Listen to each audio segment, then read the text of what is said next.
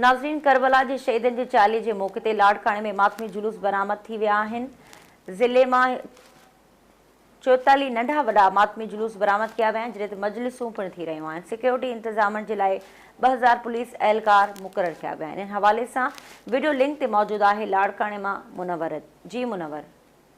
हाँ जी, करबला जे शहीदनि जे चालीहे जे मौक़े ते लाड़काणे में जेके मरकज़ी मातमी जुलूस आहिनि उहे बरामद थी रहिया आहिनि। लाड़काणे ज़िले मां 44 जेके मातमी जुलूस आहिनि उहे बरामद थी रहिया आहिनि ऐं 65 जेके मजलिसूं आहिनि उहे बर्पा थी रहियूं आहिनि।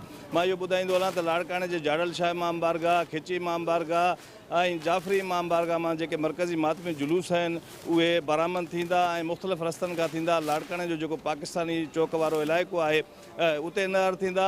इन हवाले सां लाड़काणे में जेको आहे मुख़्तलिफ़ रूटनि ते जेको आहे सबील जूं कैंपूं बि लॻायूं वयूं आहिनि ऐं जॾहिं त नंगर न्याज़ पिणु जेको आहे उहो विरायो पियो वञे ऐं जॾहिं त रेंजर्स ऐं ॿियनि जेके इदारनि जे पारां मेडिकल कैंपूं बि लॻायूं आहिनि। जेके अज़ादार ज़ंजीरनि ऐं चाकुनि जो मातम कनि था, ज़ख़्मी थियनि था, उन्हनि खे उते जेको आहे फस्ट एड ॾिनी वञे थी। त इन हवाले सां सिक्योरिटी जे हवाले सां ॿुधाईंदो हलां त सिक्योरिटी इंतिहाई सख़्तु कई वई आहे। 2000 पुलिस जा जेके एहलकार आहिनि उहे मुक़ररु कया विया आहिनि जेके मुख़्तलिफ़ मातमी रूटनि ते सिक्योरिटी जा जेके फ़राइज़ आहिनि उहे सर अंजाम ॾेई रहिया आहिनि ऐं मुख़्तलिफ़ जेके इमाम बारगाहूं आहिनि उते वॉक थ्रू गेट्स लॻाया विया आहिनि, CCTV कैमराऊं लॻायूं वयूं आहिनि जंहिंजे ज़रिए मॉनिटरिंग कई पई वञे। सख़्तु तलाशी खां पोइ जेको आहे जेके मुमिनीन आहिनि उन्हनि खे इमाम बारगाहुनि जे अंदरि छॾियो पियो वञे।